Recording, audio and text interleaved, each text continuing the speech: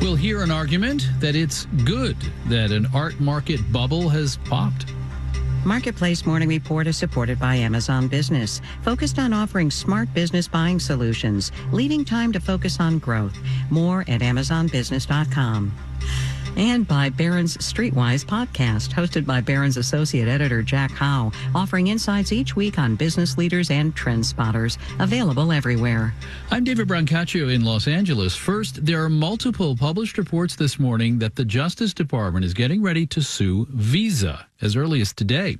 The lawsuit could be filed by the DOJ's Antitrust Division. Marketplace's Nancy Marshall-Genzer joins us now. Nancy, what is the Justice Department expected to accuse Visa of doing?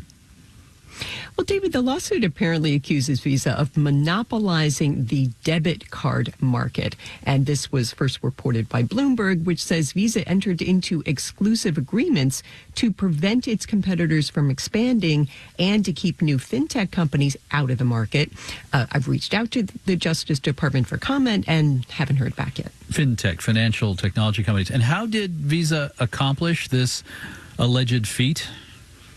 Well, when you use your debit card at a store, the merchant connects to your bank to process the payment. Merchants pay a fee for that. Visa wants them to use its network. Jarrett Seaberg, a financial policy analyst at TD Cowen, wrote about this in a research note, and he thinks the lawsuit focuses on volume-based discounts Visa gives merchants for using its payment processing network. And Seaberg says the Justice Department will have to prove that discourages competition.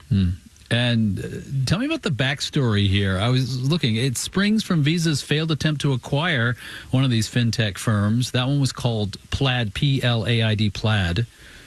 Yeah, apparently that's right. David, Visa did try to take over Plaid in 2020. The DOJ sued to prevent that. At the time, the Justice Department accused Visa of trying to snuff out a potential competitor. And I have also reached out to Visa about this, but haven't heard back. All right. Marketplace's Nancy Marshall-Genzer in Washington. Markets, Dow, S&P, and NASDAQ futures are all up between 2 and 0.3% now. Boeing has made what it terms a best and final offer to the union representing 33,000 workers. It includes larger raises and bonuses. The union says the offer came out of nowhere with no discussion. Boeing says the offer expires at 1 minute before midnight on Friday. By one estimate, the strike is costing Boeing $50 million a day. Meanwhile, we continue to cover a possible strike by dock workers from Maine to Texas that could begin next week. The U.S. Labor Department is now connected to the association representing dock employers, presumably to re-energize negotiations. Marketplace Morning Report is supported by Clear Channel Outdoor, offering a nationwide network of billboards and data solutions that help businesses build brand awareness and influence consumer behavior. Billboardsforbusiness.com. And by How We Survive, a podcast from Marketplace. Kai Risdahl explores the fight against climate change. Listen wherever you get your podcasts. Artists, at their best, help us see the world in a new way or help us see into the future. But what if the art market was rewarding artists at their worst? 2 years ago, Christie's Auction House sold $1.5 billion of work in a single night, but sales flagged the first half of this year. More generally, sales by younger artists were down 39% compared to a year earlier. This is for the first half of this year. Art critic, biographer, and New York Times contributor Blake Gopnik used to talk on this program about the art boom. He was leery even then. Blake, what happened now? That boom seems to be unbooming as we speak. First 6 months of 2024 were just a disaster for the art market. One dealer said literally no one is buying art.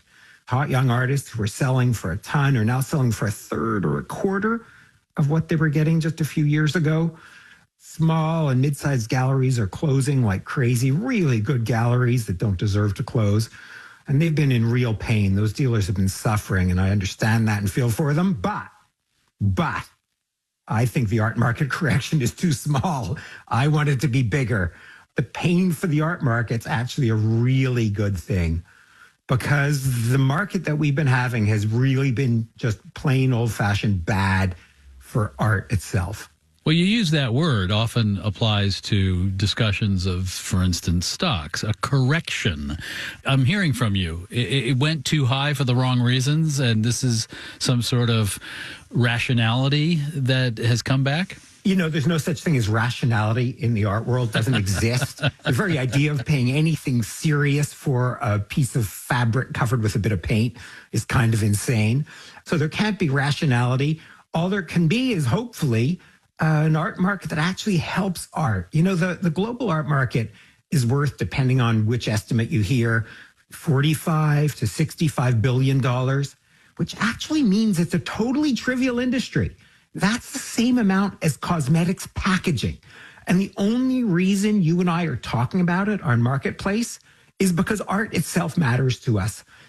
And if the art market is bad for art, then we've really got a problem on our hands. And it's not like corrections in other markets. This is about art. This is stuff that really matters. And with that thriving market, the art was just unbelievably terrible. Look, when fancy people find their investment in art has declined, I mean, it's a little bit hard for some people to gin up much sympathy. But, you know, I want artists to do well, I suppose, because they help us see the world in new ways. And they can sometimes, I mean, it's artists who help us see the future, you know, when they're really firing on all cylinders. Exactly, David. Couldn't agree with you more. The problem is that the market is actually supporting the wrong artists for all the wrong reasons. Instead of work selling well because it's considered excellent, it's been flipped on its head. Now, if something sells well, that's a sign of its excellence. Mm-hmm. And what's selling, and what's even being shown in museums, is really splashy, superficial stuff. It's mostly, frankly, almost entirely big, colorful paintings that look good over a sofa. And if that market almost disappears, no one will really suffer, because the artists who are making really good art, maybe videos, maybe performance, maybe even really challenging paintings, they're not being supported by the market anyways. They won't suffer with the market going downhill. Art critic Blake Gopnik did the big Warhol biography and has a new biography on the way of the Philadelphia collector Albert Barnes. Blake, always good to catch up. Always a pleasure, David. And in Los Angeles, I'm David Brancaccio. It's the Marketplace Morning Report. Here from 8 p.m., American Public Media.